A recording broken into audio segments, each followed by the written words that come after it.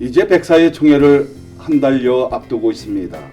1년 한 번 개최되는 총회에서는 예정 합동의 현안을 푸는 것뿐 아니라 교단의 미래 더 나아가 한국교회의 미래를 위한 중요한 정책들이 마련되는 자리이기에 매우 중요하다고 할 수 있습니다. 이에 총회준비위원장 박병호 목사님과의 인터뷰를 통해 성총회를 위한 다양한 이야기를 나눠보고자 합니다. 박병호 목사님은 현재 금종교회를 담임하고 계시며 동안서노회 노회장을 역임한 바 있습니다. 목사님 안녕하십니까? 안녕하세요. 반갑습니다. 하여튼 만나서 굉장히 반갑고요. 또 우리가 성총회를 위해서 이렇게 미리 총대들에게나 또 이렇게 총회에 있는 모든 산하에 있는 분들에게 또 여기에 관심 많은 구독자나 시청자분들에게 오늘 아주 자세히 아주 소상히 이렇게 얘기하면 참 좋을 것 같아요. 네네. 네. 그렇게 하겠습니다. 오늘 그런 얘기가 많이 나올 거로 이제 예상하고요. 오늘 좀 좋은 이제 프로를 만들 수 있는 계기가 아닌가 이렇게 생각이 들어집니다. 네네. 자, 목사님. 사실 그 목사님께서 그 동안노회 노회장으로 섬기실 때 김정중 목사님이 부총회장으로 총회를 섬길 수 있도록 하시는데 많은 그 저기 뭐고 공로가 있고 뭐 일동무신이로 이제 알고 있는데요. 따라서 이번에 그 김정준 목사님 백사의 총회를 이끌어 가는 데 있어서 그 계획과 방향을 누구보다도 잘 알고 계시라고 이제 생각되기에 이에 맞춰서 총회를 준비하실 것이라고 기대되는데요. 104의 총회 이번 핵심 주제는 무엇입니까? 네. 주제를 말씀드리기 앞서서 우리 김종준 목사님은 사실은 겉으로 드러난 것보다도 훨씬 내면에 좋은 장점을 많이 가지신 분입니다. 그래서 작년에 부총회장으로 선임된 것은 참 그분의 어떤 준비된 저력이었고요. 저는 뭐 곁에 조금 도운 것뿐입니다. 그래서 참 이번 104회 총회장으로 총회를 이끌어 가시는데 감춰진 저력들이 분명히 나타날 것으로 확신하고요. 우리 김 목사님께서 지금 갖고 계신 그런 총회를 바라보는 가장 중요한 핵심 가치는 회복이라는 가치를 가지고 총회를 이끌려고 하십니다. 104회 때는 분명히 어떤 그 변화가 있을 것이고 또 앞으로 저기 우리가 진행되어지는 그 계획 속에서 어떤 모순이 아니라 정말 진짜 그 계획적이다운 일들이 일어나지 않을까 이렇게 이제 생각이 되어지고요. 진정한 회복은 올바른 해결부터 시작된다고 생각되는데요. 따라서 올바른 정책을 위해서는 총회 전반적인 올바른 진단이 필요할 것 같습니다. 이는 백사의 총회를 이끌 김종준 목사님의 진단이 될 수 있을 것 같은데요. 현 총회에 대해 진단을 부탁드립니다. 근데 김종준 목사님께서 총회 활동을 하시면서 항상 아쉽게 느꼈던 것은 우리 총회 구성원들 특별히 나서서 활동하시는 분들의 영성에 대한 아쉬움을 갖고 계셨습니다. 그래서 무엇보다도 첫 번째 우리 총회가 영성을 회복했으면 좋겠다. 그래서 이번에 첫 번째 정책으로 영성 회복에 대한 정책을 지금 추진하고 계십니다. 그래서 우리 1년에 한 번 목사장로기도회를 5월에 개최하지만 그 한 번으로 끝나는 것이 아니라 권역별 또는 노회별 이렇게 작은 그룹들이 자주 때로는 정기적으로 상설화된 제도를 통해서 기도운동을 펼치고 물론 기도운동을 시작하게 되면 회개운동과 말씀운동이 겸해지겠지요. 그래서 그런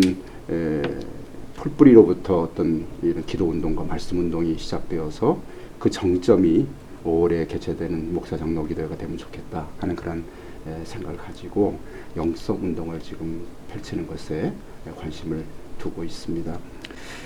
뿐만 아니라 우리 교단 내 문제만 아니라 우리 전 사회적인 문제인데요.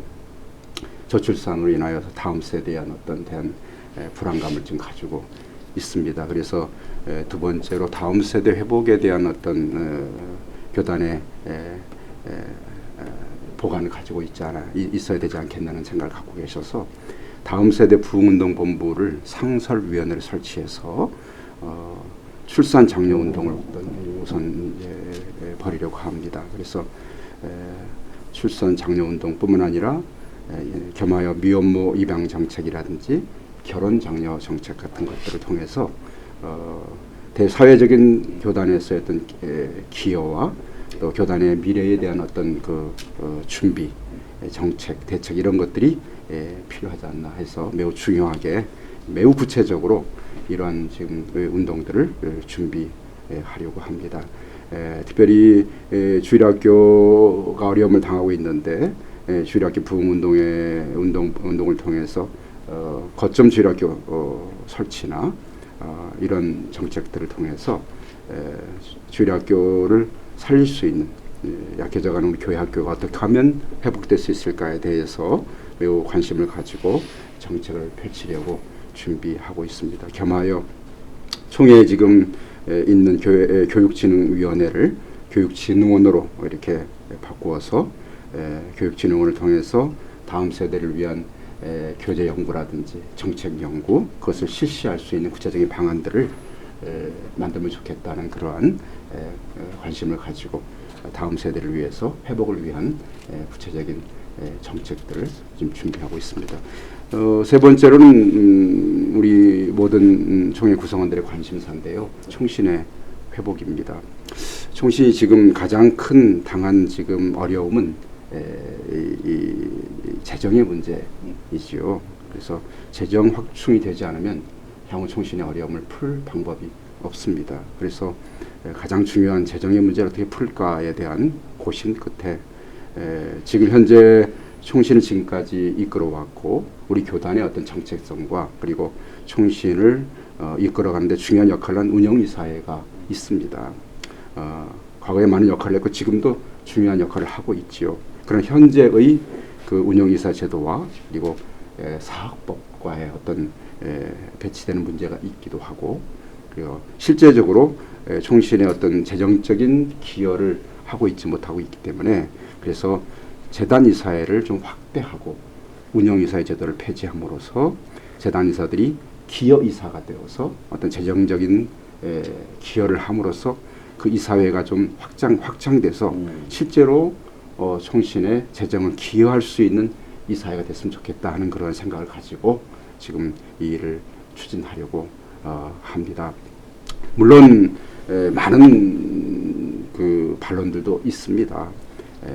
운영이사 제도의 폐지의 어떤 방법이나 시기 이런 것들도 많이 논의되고 있고요. 그러나 중요한 것은 많은 이 교단의 구성원들이 운영이사 제도를 폐지하는 것은 공감하고 있습니다.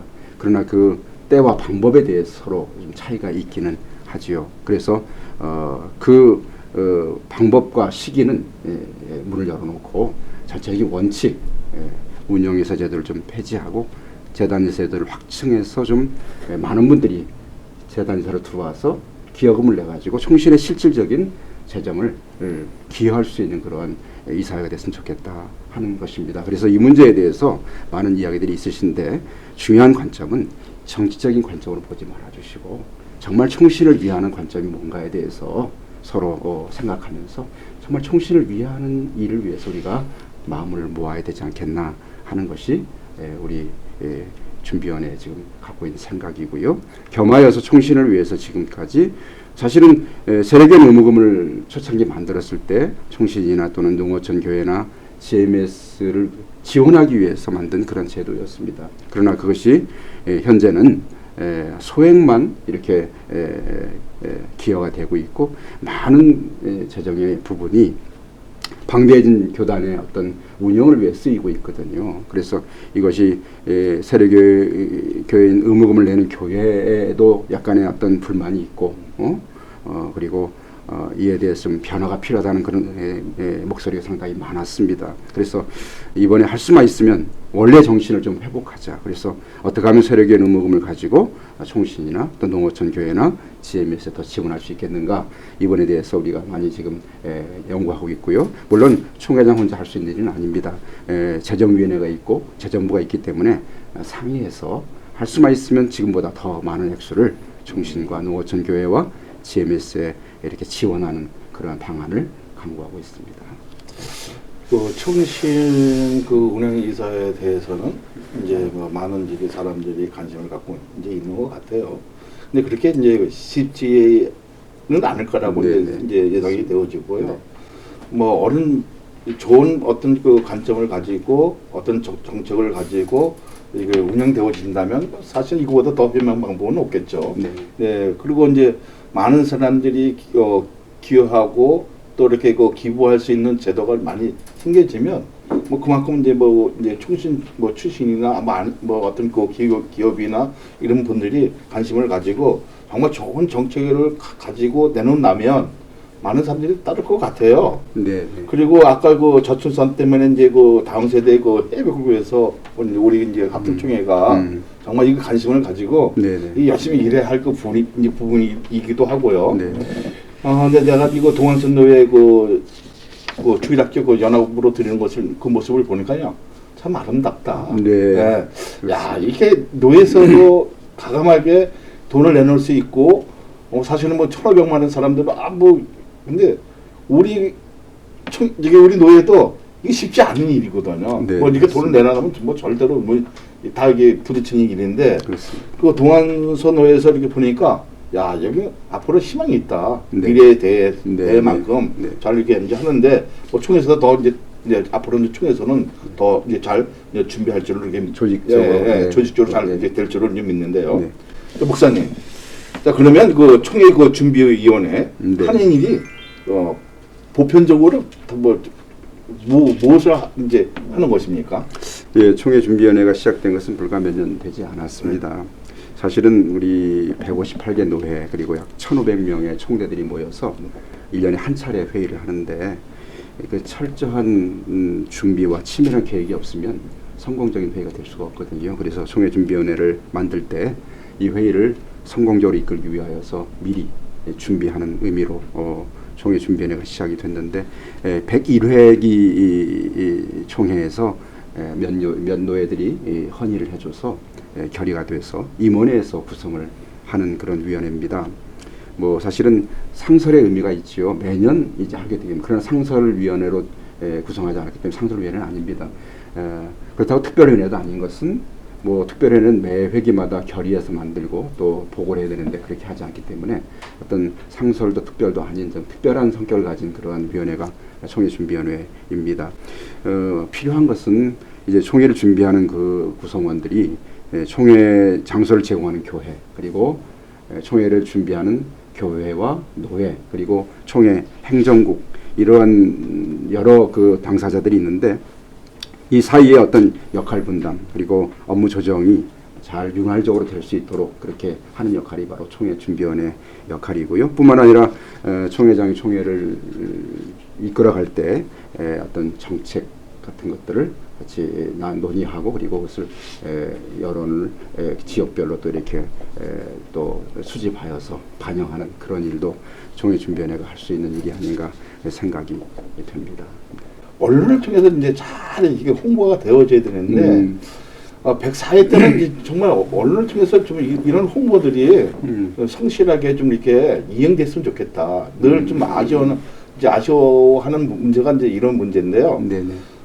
목사님 생각은 좀 여기 대해서는 어떤 그 생각을 갖고 계십니까? 예, 뭐 우리 김종준 목사님이 언론 홍보위원장을 지냈습니다. 네. 지금은 폐지된 위원회입니다만 나름대로 언론에 대한 중요한 또 시각을 갖고 계시고 그래서 좋은 정책들 이런 것들이 언론을 통해서 또 홍보가 되고 그것이 교단 내 구성원뿐만 아니라 대사회적인 어떤 그러한 역할도 우리 언론이 하기 때문에 자주 이제 104회 총회 때는 뭐 정말 특별한 것이 아니면 언론에 이렇게 공개하고 함께 공유하는 그런 정책 그리고 총회 운영이 되어야 되지 않을까 생각이 됩니다. 목사님, 근데 그 총회 안에서 이제 그 분쟁이 일어나는 그 교회가 많은데요. 네. 이제 앞으로 그 104회 그 총회에서는 어떤 그 뭐 방안을 갖고 있는지 어떤 그 대체적으로 뭐 구체적으로 뭐 이렇게 뭐 갖고 있는 방법이 있는지. 지난 총회를 볼 때 임원회가 이제 분쟁 노회나 교회들을 조정하고 화해하는 일에 참 많이 애를 쓰셨습니다. 103회 특별히 그렇게 애를 쓰셨죠. 근데 뭐 그 애쓴 만큼의 또 결과는 사실은 참 나오지 않은 것 같아 안타깝죠. 그런데 너무 임원회가 그 노예나 교회 분쟁의 그 갈등 조정 문제에 대해서 너무 힘을 많이 소비하고 사실은 교단의 중요한 긍정적인 정책들을 입안하거나 그것을 또 이끌어가는 일에 있어서 좀 많은 시간과 힘을 기울이지 못했지 않나 그런 아쉬움을 가지고 있습니다. 그래서 우리 차기 총회장님이나 또는 총회준비위원회에서 의견이 그럼 앞으로 이런 분쟁과 갈등이 있는 그러한 노예나 교회를 전문적으로 다룰 수 있는 기관이 필요하지 않겠나 해서 화해조정위원회 정도 이런 이름을 가진 기관이 만들어지면 그분들이 전문적으로 노예 문제나 교회 문제를 이렇게 화해 조정할 수 있는 법 정신은 뭐 첫 번째가 화해 조정이거든요. 그래서 할 수만 있으면 서로 갈등을 화해하고 조정해서 해결한다면 좋겠죠. 그래서 그런 화해조정위원회를 만들어서 한번 위원회의 그런 부담을 덜어주고 전문적인 사람들이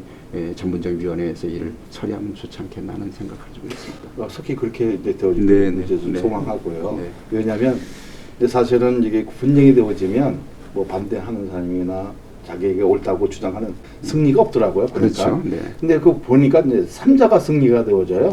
그래서 좀 벌써 이렇게 이제 아시잖아요. 네, 네. 네, 그런 거 이제 그런 거 보면 좀 안타까운데 네. 이런 그 하해 조정이 잘 이게 돼서 정말 그 어떤 저기 성도들과 이거 피눈물에 그 헌금했던 모든 일들이 어떤 그 고통과 아픔 이런 게 속히 사라졌으면 좋겠다 이제 이런 네, 생각이 네, 네. 되어져요. 그렇습니다.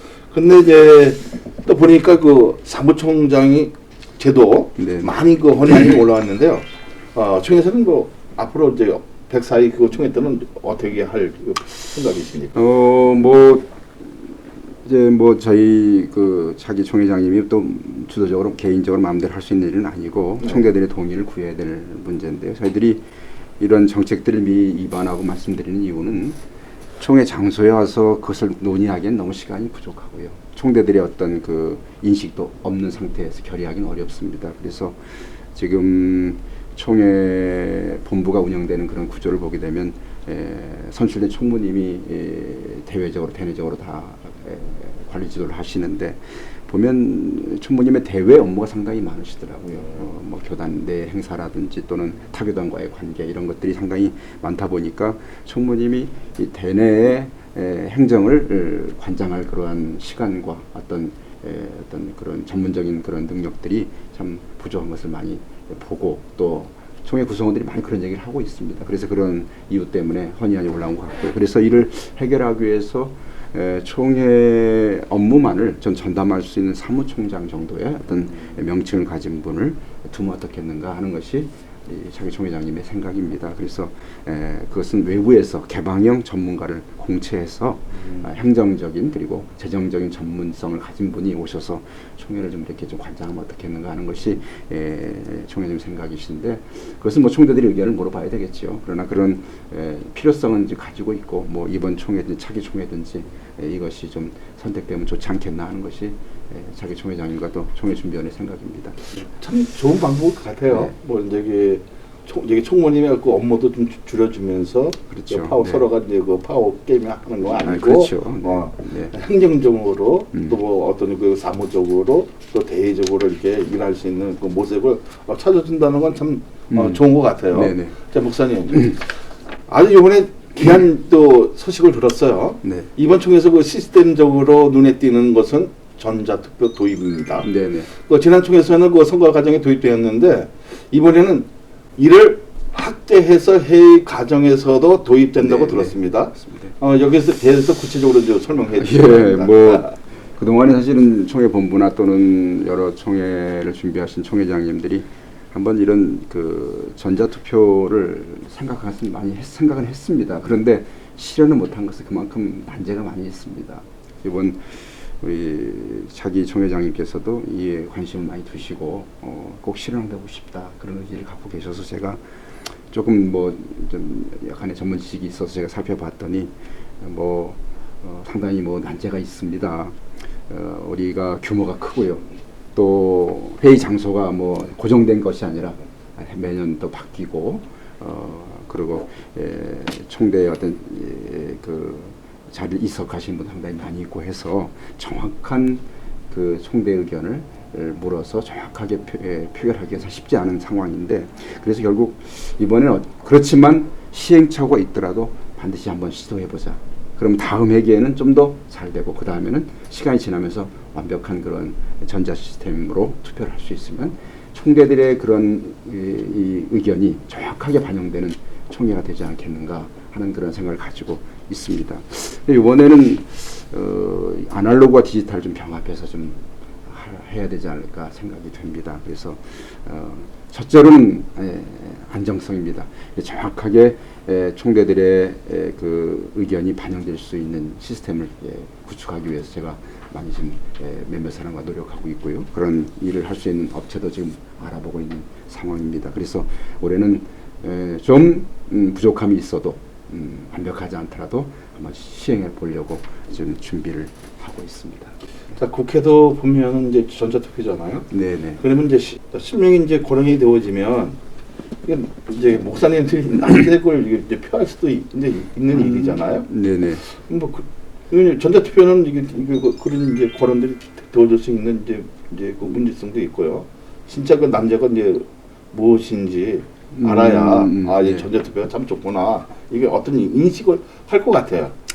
예, 전자투표를 감리교 같은 경우도 지금 하고 있는 것으로 제가 알고 있고요. 지금 한국의 많은 그런 단체들이 이 투표를 하고 있습니다만 규모가 사실 300, 500 정도, 700 정도 되는데 우리는 1,500 이상 되는 큰 규모입니다.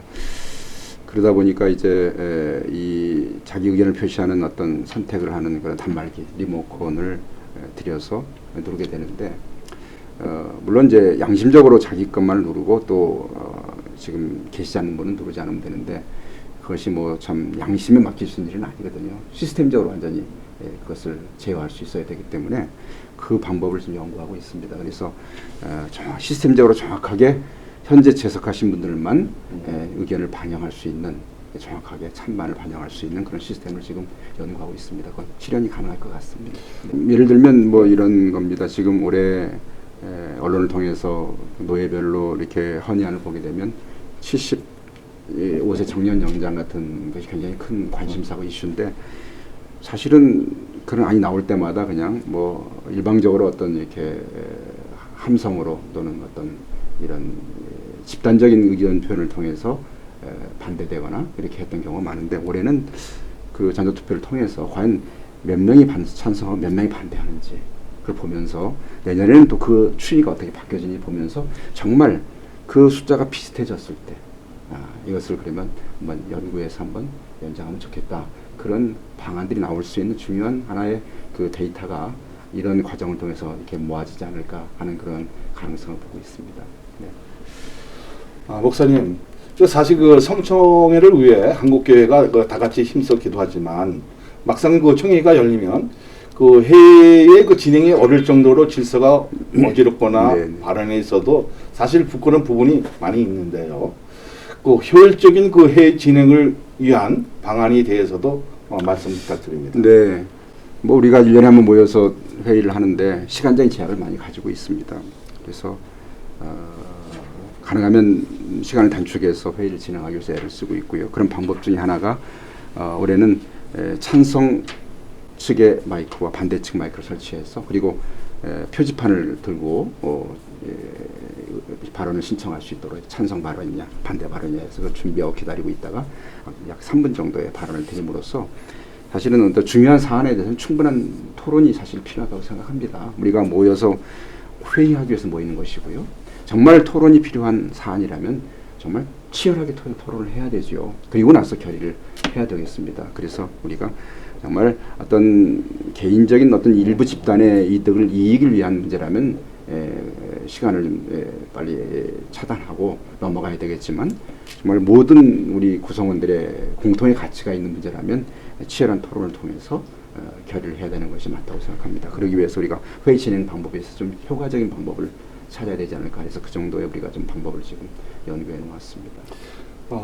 그건 좋은 생각 같아요. 왜냐하면 통합시켜 보면 그 마이크가 다 이게 1번, 2번, 3번 이게 쭉 다 되어 있습니다. 네. 근데 우리는 지금 나와서 이제 얘기를 하잖아요. 나하고 자기의 말이 어떤 그 사상과 이념에 맞지 않으면 욕이 나오더라고요. 예. 어떤 이게 난투적인 전쟁을 하기 위해서 자기 거 치독하기 위해서 그렇게까지 한다는 것은 네. 이건 지적인 이게 목사의 입에서 이런 얘기 나오면 네. 야 이거 참 부끄럽다. 왜냐하면 중소교단도 이렇게 하지는 않거든요. 네, 네. 그러니까 치열한 그 관계 속에서 우리가 지금 뭐 토론하고 결의하고 또 어떤 것을 이끌어내기 위한 전투라면 좀 이제 바뀌어야겠다. 네. 그래서 지금 지적인 거로 그리고 좀 그도 장자 교단인데 이제 하이 클래스 교단인데 좀 어떤 모색을 좀 잘 대할 부분이 이 부분 같아요. 네. 왜냐하면 제가 지금 한 4년 동안 생방송을 다 했는데 그 자료를 갖고 있는데 어떤 데는 이게 이제 들어보면 부끄러울 정도로. 네. 왜냐하면 우리 직원들에게 너무 부끄러워서 이거를 어떻게 해야 할지 몸둘바를 모를 때가 있어요. 네. 근데 백사의 총회 때는 기대해 보겠습니다. 네. 네. 목사님, 그 총회 그 기간의 그 해도 중요하지만 네. 예배를 비롯해 화합을 위한 다양한 그 프로그램, 예를 들어 뭐 미니 콘서트 등이 개최되었는데요. 이번 총회에서는 예배나 뭐 프로그램 어떤 것들이 뭐 준비되어 있나요? 예, 뭐 역대로 총회장님들께서 좋은 아이디어를 가지고 수요예배를 진행하셔서 참 보기 좋았었고요. 올해는 우리 자기 총회장님의 의견이 사실은 월요일 날 투표 선거를 통해서 이제 총회장이 선출되고 이침이 이뤄집니다. 그런데 보통 우리 교단이 총회가 파한 후에 따로 날을 잡아가 총회관에서 일부 사람만 모여가지고 이침식을 거행했거든요. 그것이 좀 합리적이지 않다고 여겨져서 수요 예배를 총회장 이침식으로 한번 해보려고 좀 준비하고 있습니다. 그래서 그래서 뭐 다른 특별한 뭐 이번 총회 이벤트는 준비하지 않고 요 수요 예배를 일부는 예배를 드리고 그 다음에 2부는 이침식 행사를 하고 3부는 축하 행사하는 정도의 어떤 그런 순서를 통해서 한번 행사를 해보면 어떻겠는가 하는 생각을 갖고 있습니다. 이번에는 이제 색다른 이제 방법으로 이제 이렇게 이제 이침식을 이제 하시는데 네. 어쩌면 이게 효율적일 것 같아요. 네. 왜냐하면 이제 그런데 좀 아쉬운 부분이 있을 것 같아요. 왜냐 다 교단에서 이제 모셔야 할 분들을 못 모시잖아요. 뭐 섭외를 해보려고 합니다. 그래서 좀 이번에 우리가 교단 분열 60년이 되는 해기도 합니다만 뭐 가능할 수 있다면 타 교단의 지도부도 좀 초청을 하고요. 또 나라의 또 지도자들도 초청해서 정말 축하 분위기로 한번 이렇게 끌어볼까 좀 생각 중에 있습니다. 그 총회교 준비위원회에서 그 감대회를 개최한다고 들었습니다. 네네. 총회교 개최에 앞서 전국교회의 그 의견을 듣는 것은 매우 중요하다는 생각이 듭니다. 네네, 그렇습니다. 이에 대해서도 좀 말씀 부탁드립니다. 예, 저희가 사실은 조심스러운 부분이 있긴 합니다만 총회 기간에 대부분의 총대들이 어떤 환의안이 올라왔는지 그리고 무엇이 중요한 안건인지 모르고 와서 총회에 참석했다가 한 5일을 그냥 앉아있다 하시는 분들이 대부분이고 사실 발언하시는 분들은 몇십 명에 불과합니다. 그래서 총회가 전체적인 참여를 높이고 그리고 관심을 좀 높이기 위해서 미리 우리가 이번 총회의 주요 그 정책들은 무엇인가를 좀 미리 좀 논의하고 지역별 의견도 좀 듣고 해서 미리 좀 논의한 후에 총회 현장에서는 충분히 논의된 그 결과로 이렇게 어떤 우리가 찬반 의견을 결의하면 좋지 않겠나 해서 우리가 8월 30일 정도에 좀 지역별 리더들 좀 초청해서 의견을 좀 나누려고 계획하고 있습니다. 목사님, 백사의 총회 때는 이것만큼 내가 꼭 모든 저기 그 총회에 있는 산하에 있는 분들에게 이것만큼 내가 변하지 않고 이것만큼 꼭 이행하겠습니다. 할 것이 있을 것 같아요. 글쎄요, 뭐 총회라는 것이 뭐 매년 해오는 그런 100년 이상 해왔던 그러한 그 어떤 정해진 룰이 있고 원칙이 있습니다. 거기서 벗어나면 안 된다고 생각하고 있고요. 이번에 이제 충영교회가 장소를 참 어렵게 빌려주셨습니다. 왜냐하면 리모델링을 교회가 하는 과정에 있었기 때문에 저희가 부탁을 함으로 참 어렵게 승낙을 해서 좀 감사하게 생각하고 있고 장소를 빌려주시면서 환경의 문제를 좀 말씀하셨어요. 그래서 과거에 행사를 빌려주다 보면 이 물을 마실 때 페트병을 나눠주는데 이걸 다 마시는 게 아니라 뭐 조금 마시고 버리는 분도 많이 있어서 그 행사를 치르고 나서 교회가 그 페트병을 처리하는 비용과 인력이 뭐 상상할 수 없는 그런 비용 원령이 들어간다고 합니다. 그래서 올해 부탁하기를 페트병은 좀 사용 자제해달라 그렇게 말씀해 주셨고, 뭐 사회적으로도 뭐 지금 플라스틱 사용 자제를 하는 환경에 대한 그 관심이 많은데요. 그래서 뭐 이름은 뭐 환경총회라 붙이긴 좀 부족하고요. 환경을 생각하는 총회로 해서 좀 총회님께서 불편하시더라도 좀 양해를 해주시고 협조를 좀 많이 좀 부탁을 드리겠습니다. 이건 자연 그 환경 보호. 네. 또 우리가 저기 먼저 이제 목사로서의 또 기독교인으로서 먼저 모범을 준수할 수 있는, 질서를 지킬 수 있는 이런 일들은 좀 아름다울 것 같아요. 네, 그렇습니다. 자, 목사님, 이제 성청회를 위해서 이제 위원장님께서 전국의 그 청도들에게 네. 당부하고 싶은 말씀이 있다면 네. 한 말씀 부탁드립니다. 네, 저희가 우리 백사회 총회가 잘 될 수 있도록 치밀한 계획과 철저한 준비를 통해서 지금 총회 준비를 일하고 있습니다. 총회가 구성원들의 효율적인 참여, 그리고 교단의 일치와 미래를 향한 발전적인 그러한 발걸음 옮기는 일에 중요한 의미가 있는 것이 바로 우리 총회입니다.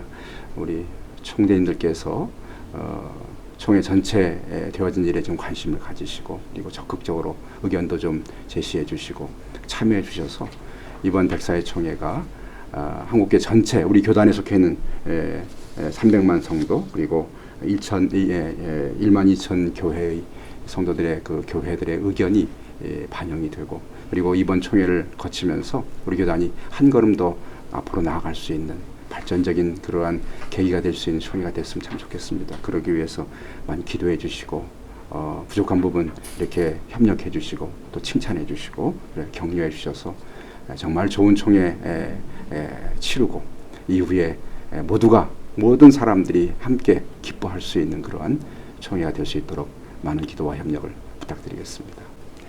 목사님, 정말 오늘 귀한 의견도 또 이렇게 좋은 말씀도 좀 좋았었던 것 같아요. 그리고 우리 모든 저기 총회에 있는 분들이 이 기억에 담을 수 있을 것 같아요. 또 이렇게 귀를 기울여지고 정말 좋은 잔치, 또 우리의 그 한국 교회사의 총회사에 기억에 남길 수 있는 어떤 그 자국, 어떤 흔적, 그런 것들이 이제 되어질 수 있는 이제 계기의 발표는 되지 않았나 이렇게 이제 생각이 되어지고요.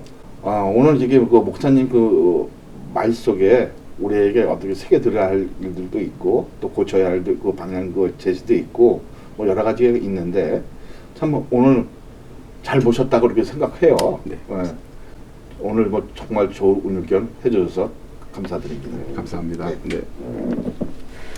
이번 104회 총회 주제 회복입니다. 그동안 총회는 총회 문제, 각종 분쟁 등으로 인해서 상처가 골마 있는 상태입니다. 이에 그 어느 때보다 회복이 필요한 시기라 할 수 있습니다.